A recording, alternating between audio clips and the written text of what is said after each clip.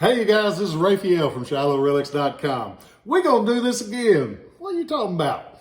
I had something happen a little bit ago that I hadn't had happen before, and I hope to God I never have happen again. I take 2 of these videos, I get done, I go up there and I start to edit them, and I edit the whole thing, which takes a little while because I'm not computer literate. And I get done, and they're gone. They're absolutely gone. So this is the second time I've done this one. Maybe it'll be a little bit better than the first one. I never schedule what I'm going to say, so I don't know if it's going to be better, different, but better or different. I know it will be different. I don't know if it'll be better. So we're going to try again. Today we're going to talk about a sword that is easily overlooked. I say that a lot, but it is because there's so many small differences in swords, and I don't like them all.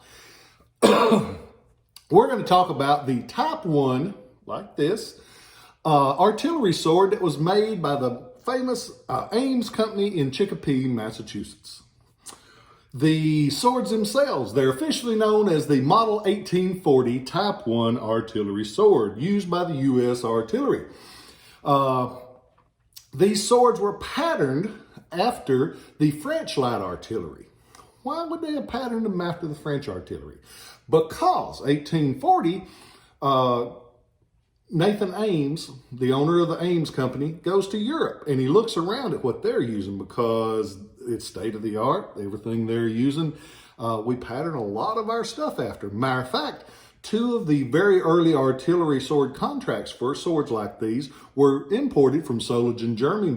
They were made by a company called S&K, Schnitzler and Kirschbaum. In 1840 and 1847, they imported a couple of small contracts of these for the U.S. artillery. We made our own though, starting in 1844, Ames made these swords for the U.S. government directly. He made those, the Type 1s, which were made from 1844 until about 1860, were made by Ames. And how do we tell those? It's pretty easy. There's 2 distinct features that you look for in these swords. What makes the difference in the scabbard? That. See that? That's called a throat. And this is what shows up on the 1860 and later ones.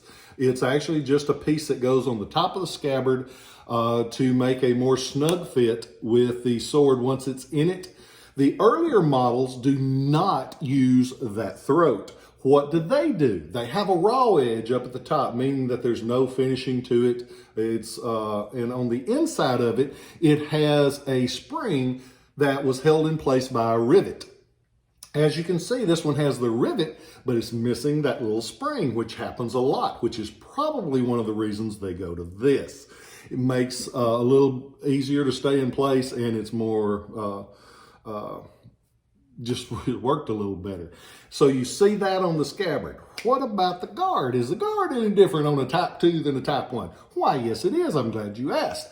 The guard itself on the blade side of it is recessed. It's sunken back in a little bit. What's that for? That's so that raw edge top of the scabbard seats down in it. Originally there would have been a washer up there that formed that seal to keep dirt and debris out.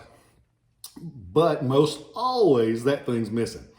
This sword, full-length blade, 32-inch steel blade, at the base of the blade, you have this. You'll have the 1855 production date, which is kind of interesting. 1855. If you look at the records, there were no artillery swords ordered in 1855. What happened there? They ordered 1,000 of them in 1854, didn't get them all made in time. This one was delivered in 1855. So you'll see that same contract for 1,000. Some of them will be 54 dated, some of them will be 55 dated. Total for the both years, 1,000 swords.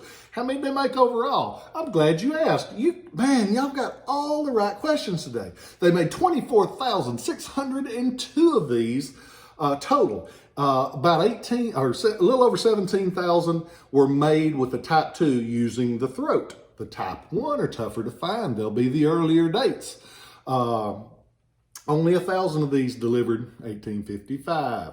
The blade's full length. It's got the JS or JH at the base, which is for John Harris, the U.S. government inspector. Back of the sword blade will have the Ames mark, the Chicopee, Massachusetts production location. And like we always talk about, Ames made such an amazing piece that they are super desirable. A lot of variations, dates, small things. As for the guard itself, simple single branch like this. The artilleries only have the one branch. Cavalry will have three. The pommel cap, which is what holds everything together. Sides are smooth on the artillery, not like some of them. They're real pretty up on top. You'll see a couple of inspectors' initials on it. Should have, if I remember correctly, there'll be WAT, which is William A. Thornton, and there'll be for RH, WK. Guy's name was Whiteley that inspected them, but you'll see his mark as well on there. A lot of inspectors for the U.S. government, neat little variation to collect. As for the grip, wooden core. This one's really pretty. Got the wooden core, got leather on top of it, got a double twist brass wire holding everything in place, and this one's pretty from top to bottom. It's accompanied by the original steel scabbard. The scabbard has the rings and mounts. It has the drag, which is the piece that actually drug on the ground if you were height challenged, and that's why they call it a drag. It's to reinforce that lower section of the scabbard to keep it from getting damaged. On the side of that, you can actually still see the JT, which is another inspector's initials, John Tyler. Hold that thought. Sorry about that. It's just me in the office. And when that phone rings, it's the order line. I'm going to run kid it every time because you guys are ordering stuff and letting me help pay down what I owe folks. And the people at the bank sure do like it every time that phone rings. Just sold an eagle head sword. One less sword in the collection. That was one of them out of that 300 that I got out in out west. And so back to this one. On the drag, you will see the initials JT, which is for John Tyler. He's the guy that inspected the scabbard. Most of the time you can't see those because that area gets built up with rust and corrosion a lot of times, or is lightly stamped to begin with. Remember, they're stamping into that metal. It doesn't always go very deep.